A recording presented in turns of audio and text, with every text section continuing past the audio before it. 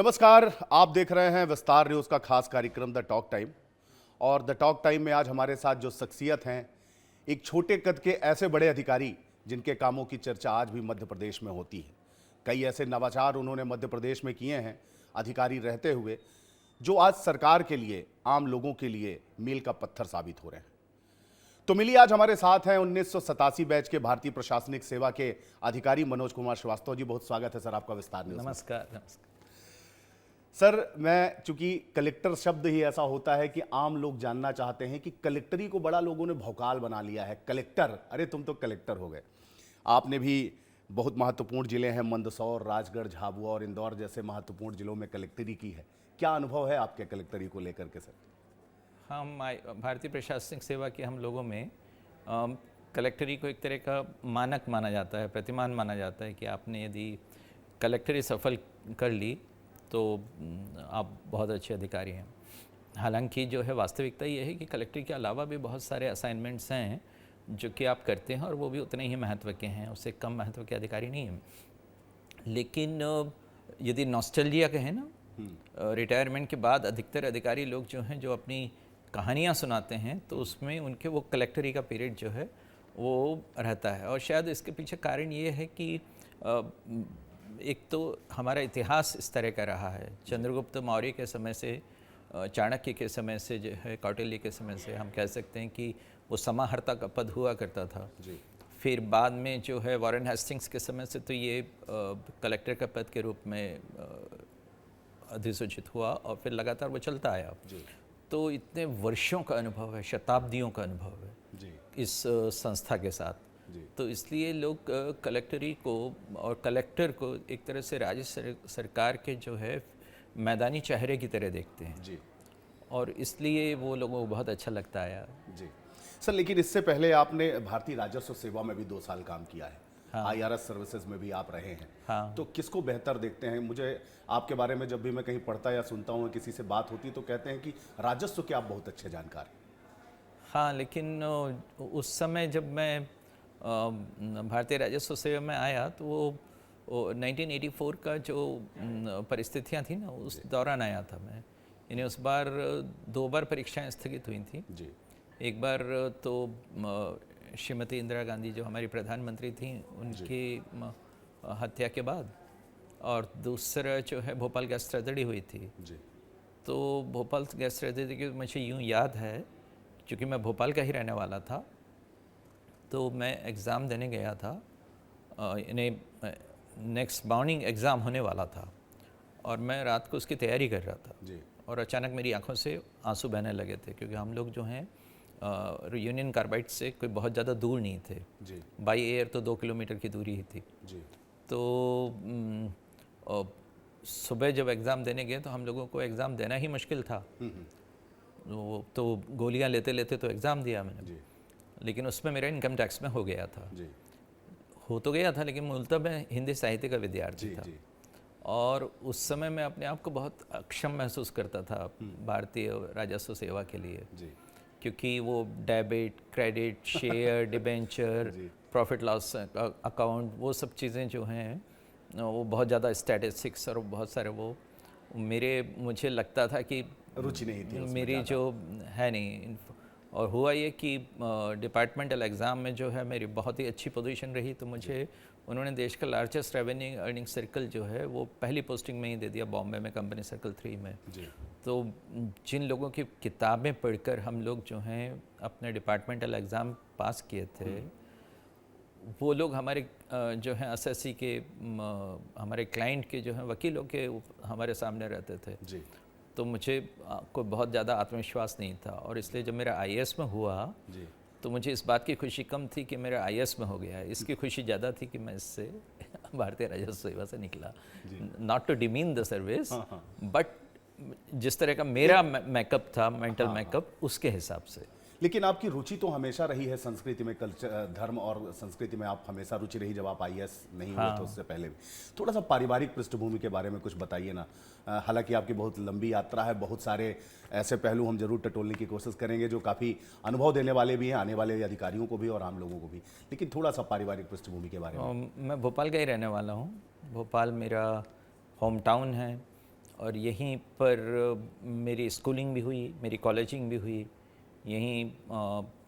जो DMS है, demonstration multipurpose school, वो जो श्यामला हिल्स के ऊपर है, तो उस समय मेरी स्कूलिंग वहीं पे हुई थी। और उस जैसे देश भर में उस समय 4 ही स्कूल थे, और NCERT के द्वारा शुरू किए गए थे, प्रायोगिक स्कूल थे। और उस समय उसमें प्रवेश के लिए रिटन एग्जामिनेशन होता था, और न केवल आपका इंटरव्यू होता था स्टूडेंट का, बल्कि स्टूडेंट के पेरेंट्स तक का भी इंटरव्यू होता था। तो उसमें मेरी स्कूलिंग हुई। फिर उसके बाद हायर सेकेंडरी में जब मैंने मेरिट में स्थान पाया, तो मैं जो है हामिदिया कॉलेज जो है उसमें मेरा ग्रेजुएशन और पोस्ट ग्रेजुएशन हुआ।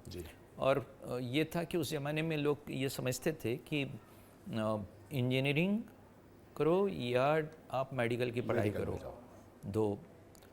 तो मैं तो जब 8th बोर्ड में टॉप किया था, तो उस समय 9th में हम लोगों को चुनना रहता था सब्जेक्ट। और मुझे सब लोग कहते थे उस समय, जो अड़ोस पड़ोस के थे, कि तुम्हारे मैथ्स में 75 में से 75 मार्क्स हैं, तुम मैथ्स ले लो, या नहीं बने तो साइंस ले लो, उसमें तुम्हारे जो हैं 73 मार्क्स हैं 75 में से, तो इसको आर्ट्स को नहीं लो, इसका कोई भविष्य नहीं है। और मेरे आर्ट्स में मार्क्स भी कम थे, पर रुचि वही थी आप? हाँ, रुचि मेरी लेकिन वही थी। आर्ट्स में मार्क्स कम दिए ही जाते थे। मेरा 75 में से 50 मार्क्स थे मुझे आर्ट्स में, यानी सोशल स्टडीज़ कहलाता था वो। तो सब लोग ये सब समझाते थे। आपने उसको 100% में कन्वर्ट तो कर दिया है, लेकिन मेरे पिताजी का एक ही कहना था, बेटा जो भी विषय लो, रहना उसमें शिखर पर। उनका कहना था कि भविष्य जो है वो विषय में नहीं होता है, व्यक्ति में होता है। क्या बात है। व्यक्ति का उस विषय के साथ जो विनिमय किस तरह का है, ट्रांजैक्शन किस तरह का है, जुड़ाव, है ना, उस पर निर्भर करता है। तो उन्होंने मुझे कहा कि तुम जो भी विषय लेने के लिए स्वतंत्र हो, लेकिन रहना शिखर पे। तो मैंने वो वचन दिया था अपने पिता को। क्या बात। तो फिर मैंने आर्ट्स लिया, और जब मैं BA कर रहा था और उसके बाद MA करने का वक्त आया, तो लोगों ने मुझे कहा कि मेरे जो प्रोफेसर्स थे उसमें से जो मेरे हिस्ट्री के प्रोफेसर थे, वो कहते थे कि हिस्ट्री ले लो मनोज, UPSC में काम आएगा। मतलब तब तय हो गया था कि आपको इस दिशा में जाना है, गोल आपका, टारगेट सेट। हाँ, वो कहते थे कि हिस्ट्री ले लो, UPSC में काम आएगा। साइकोलॉजी वाले मेरे प्रोफेसर कहते थे कि साइकोलॉजी ले लो, सनराइज सब्जेक्ट है, भविष्य का है। सिर्फ हिंदी के मेरे प्रोफेसर थे जो कहते थे कि हिंदी मत लेना, इसमें कोई भविष्य नहीं। और वो आपकी रुचि थी? और मेरी हिंदी में रुचि थी, मैं हिंदी लिया, और मैं कह सकता हूँ कि मुझे उसके लिए कभी भी कोई रिग्रेट महसूस नहीं हुआ जी। मैं हिंदी में उस समय जो मार्क्स लिया वो कीर्तिमान रहे, काफ़ी दशकों तक कीर्तिमान रहे। और पूरी यात्रा ही मेरी जो UPSC की भी हुई, वो हिंदी माध्यम से और हिंदी विषय के साथ हुई। तो वही मेरे पिताजी का कहना जो है सच हुआ। तो अभी तक आपने लगभग 39 किताबें भी लिख दी हैं। हाँ। और लगातार आपका गीता पे भी काम चल ही रहा है। हाँ। इस पे भी आएंगे, लेकिन सबसे जो महत्वपूर्ण है कि बुलडोजर मैन के नाम से आप जाने लगे थे उस समय जब लोग बुलडोजर जानते भी नहीं थे। अब तो खैर बहुत सारी कार्यवाहियां ऐसी होने लगी हैं, प्रशासनिक कोर्ट में भी मामले चल रहे हैं, लेकिन आपको बुलडोजर मैन कहा जाता था। कई आपने ऐसे स्टैंड लिए हैं जो आज भी याद किए जाते हैं, उसके बारे में थोड़ा सा बताइए ना। वो मेरे करियर की शुरुआत में ही इससे हुआ। महू में मैं डेयरिंग थी पहले दिन से। महू में मैं SDM था। उस समय देखा मैंने, महू में लगातार दंगे होते रहते थे, और पिछले 10 सालों से लगातार हर साल जो है वो एक अनुवार्षिक क्रम था, दंगे होंगे ही होंगे हर साल। तो जब मैं उसके कारणों का अध्ययन करने लगा, क्योंकि मेरे ही समय, मेरे जाते ही 7 दिन के बाद दंगा हो गया था वहाँ पर। वो उस समय इंदौर में एक बड़ा दंगा हुआ था, उसकी प्रतिक्रिया में फिर यहाँ पे महू में भी दंगा हो गया था, और ज्वाइन किया मुझे मुश्किल से 7 दिन नहीं होते। तो फिर मैंने अध्ययन किया उसका, तो पता ये लगा कि वहाँ लोगों के मन में एक विचित्र सी बात थी कि जब दंगाइयों के विरुद्ध कोर्ट में केस चलता था, तो वो लोग जिन्होंने की FIR कराई है, वही सब लोग हॉस्टाइल हो जाते थे। तो सजा किसी को होती नहीं थी। और फिर वो अगले साल के दंगे का इंतजार करते थे कि उसमें हिसाब बराबर करेंगे। हाँ। तो वो एक परंपरा बन गई थी एक, हाँ, दंगे की एक परंपरा बनी हुई थी। तो मेरी सोच उस समय ये थी कि जिन लोगों के बारे में हम जानते हैं, सामाजिक रूप से जानते हैं, जिनके चेहरे जो हैं सबके सामने हैं कि ये लोग हैं जो कि इसमें पीछे हैं पूरे पर। इन्वॉल्व रहते हैं। तो जब हम लोग ये जानते हैं कि ये ऐसे हैं, तो इनको हमारे स्टेट के सपोर्ट के जितने भी इंस्ट्रूमेंट हैं वो क्यों मिले हुए हैं? यदि आपको मुकदमे में जो है भले ही आपको कुछ नहीं किया जा सके, लेकिन स्टेट सपोर्ट के जो इंस्ट्रूमेंट्स हैं वो तो उनका विड्रॉल तो हो सकता है। माने आपको खनिज लाइसेंस भी मिला हुआ है, आपको आम लाइसेंस भी मिला हुआ है, आपको फूड लाइसेंस भी मिला हुआ है, आपको कॉलोनाइजर लाइसेंस भी मिला हुआ है, तमाम चीज़ें मिली हुई हैं आपको।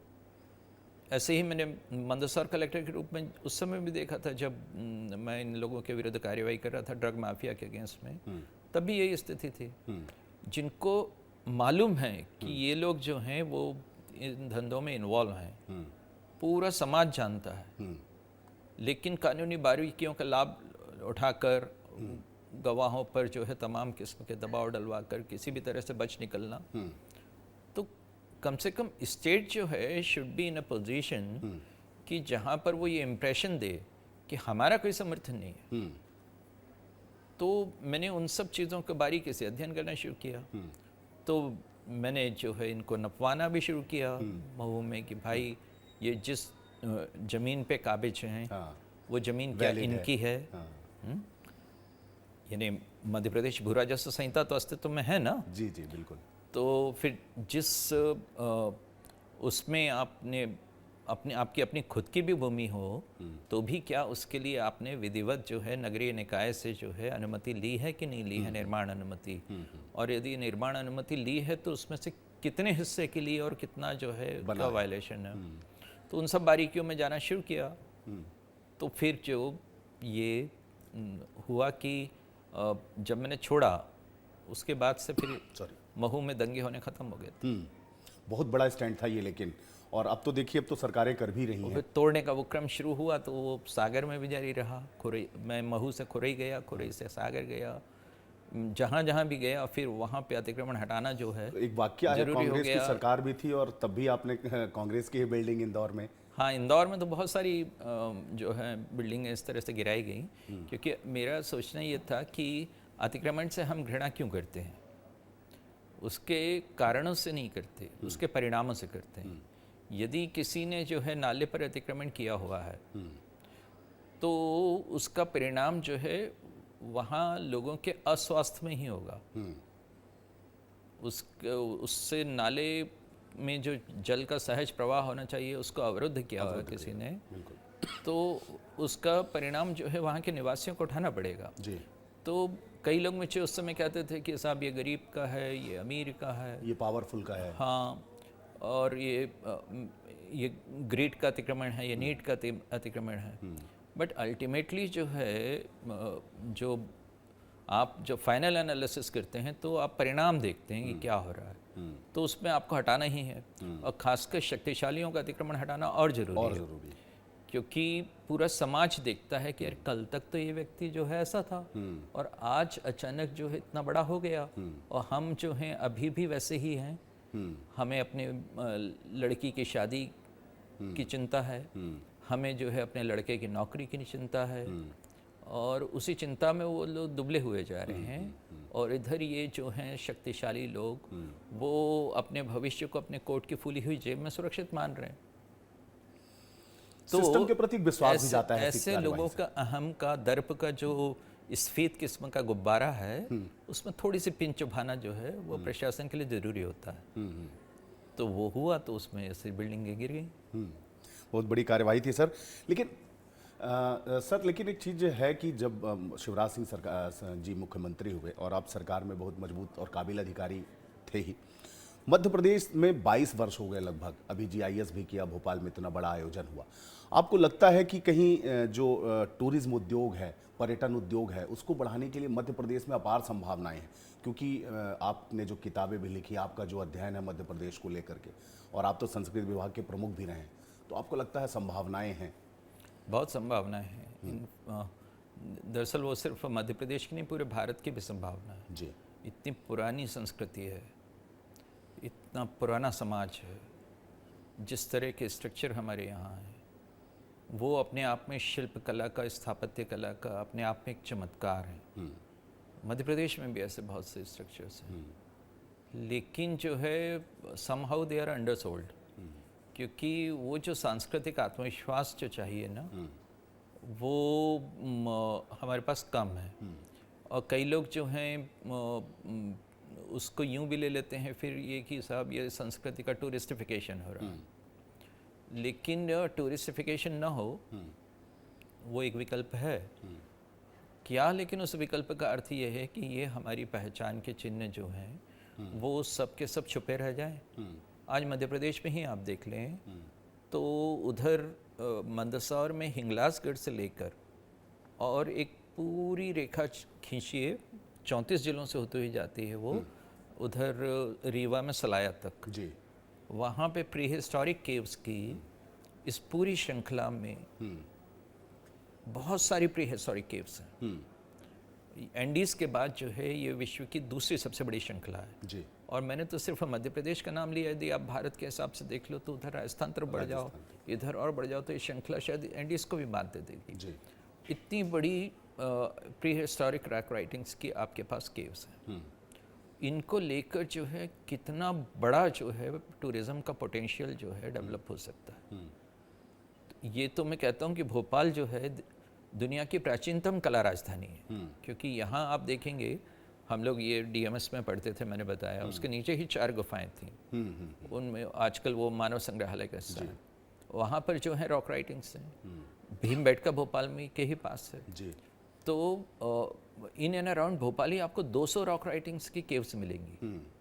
तो हम जो हैं क्या उसको जो है प्रॉपर उसका यदि हम इस्तेमाल करें और उसको जो है प्रचारित करें तो वही अपने आप में टूरिज़्म की एक बहुत बड़ी अंतर्वस्तु बन जाती है।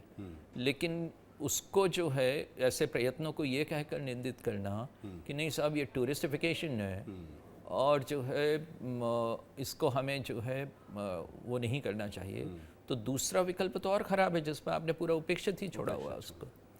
तो बजाय उसके ये अच्छा है। इनफैक्ट इंग्लैंड का आप देखिए विकास, जब मार्गरेट थैचर आई तो मार्गरेट थैचर ने क्या किया, उन्होंने ये पाया कि साहब इंग्लैंड में ये जो कल्चर है वहाँ की अंडरसोल्ड है, तो उन्होंने टूरिज़्म को कल्चर के इर्द गिर्द फोकस सर किया। भुज बहुत बड़ा उदाहरण है। आप देखिए भुज जो भूकंप में खत्म हो गया था 2000 में, उसको मोदी जी ने किस तरीके से देखिए एकदम टूरिस्ट प्लेस बना दिया।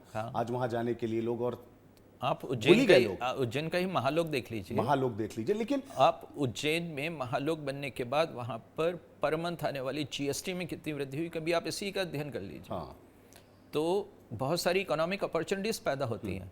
एक तरफ तो लोग धर्म की और संस्कृति की आलोचना करते हैं कि साहब ये रोजगार नहीं देते और ये तो फालतू की बातें हैं जो हमारे एक पर्टिकुलर विचारधारा के लोग बोलते रहते हैं। बिल्कुल। और जब धर्म संस्कृति रोजगार देने लगती है तो फिर आप उसकी आलोचना ये कह के करने लगते हो कि तो धर्म को जो है इसका टूरिस्टिफिकेशन हो रहा है। दोनों ही हालत में वो है। लेकिन कमी कहाँ पे है सर? क्योंकि आप देखिए कि जिस तरीके से आज आप पूरा देश और विदेश के लोग यहाँ आ रहे हैं, हम क्या उनको सांची ही दिखाते रहेंगे? क्या भीमबेटका ही बताते रहेंगे? क्या उनको खजुराहो तक ही सीमित कर देंगे? आपके पास नया क्या है, ये तो हमें सोचना पड़ेगा। हाँ। आप देखिए पुरातत्व विभाग के पास इसीलिए मैंने ये कहा ये पूरी श्रृंखला जो है अभी तक अंडरसोल्ड है, बिल्कुल अंडर एक्सप्लॉइटेड है, और ऐसी बहुत सारी हैं। यानी अभी जैसे कृष्ण पाथेय शुरू हुआ है, तो ये जब पूरा रूप लेगा हाँ। तो इसमें ही आप देखेंगे कि बहुत सारी ऐसी जगह हैं जिनको अभी हम लोगों ने उस रूप में तो पहचाना ही नहीं है। ये एक बहुत ही जो कहना चाहिए कि आप सही बोल रहे हैं कि मतलब मध्य प्रदेश शिक्षा के लिहाज से देखा जाए, और आप देखिए कि भगवान कृष्ण यहाँ पढ़ना शिक्षा के लिए आए, और तो और अपने ये जो शंकराचार्य हैं वो केरल से यहाँ आए, 3-4.5 साल तक रहे। इनफैक्ट चारों युगों में जी मध्य प्रदेश जो है उसको मनुस्मृति में मध्य देशा प्रकीर्तिता कहा गया है ना, तब से शुरू होता है। अब चारों युगों में देखिए, सतयुग में भगवान ब्रह्मा ने यहाँ पे नर्मदा में नरसिंहपुर के पास बरमान घाट में तपस्या की। आज आप उसको बरमान घाट कहते हो, और आज भी वहाँ पे मकर संक्रांति का मेला बढ़ता है। बिल्कुल, है ना।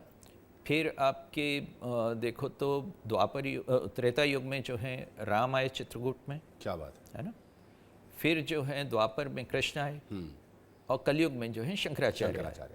तो मध्य प्रदेश, और ऐसे ही नहीं, मध्य प्रदेश के यदि सांस्कृतिक पुरुषों को देखो आप, तो आप पाओगे कि भोपाल में पतंजलि, इंदौर में जमदग्नि, जाना पाओ की जो पहाड़ी है, जमदग्नि और परशुराम, आपके जबलपुर में ऋषि जाबाली, ग्वालियर में जो है ऋषि गालव, नारदा जो भिंड में है वहाँ पे नारद ऋषि, और मंडला में मार्कंडेय ऋषि, कपिल मुनि अमरकंटक में, और इस तरह से करते करते आप पाएंगे कि हमारे प्राचीन ऋषियों की ही बहुत सारी भूमि जो है यहाँ पर रही है। और मैंने तो पूरी एक लिस्ट बनाई थी कि जिसमें 230 ऐसे मध्यकालीन संत हैं जो मध्य प्रदेश की भूमि पर है। कभी झाबुआ में, थांदला में आप पाएंगे कि एक संत मलुकदास का कल्ट है, और जब उनका दिन होता है तो गुजरात तरफ से भी लोग आते हैं, करीब 10 लाख लोग जो हैं वहाँ पे इकट्ठे होते हैं। आपके जो पीपा हैं, संत पीपा, वो हमारे गुना के हैं। बांधवगढ़ के महाराज सेन हैं, सेन महाराज।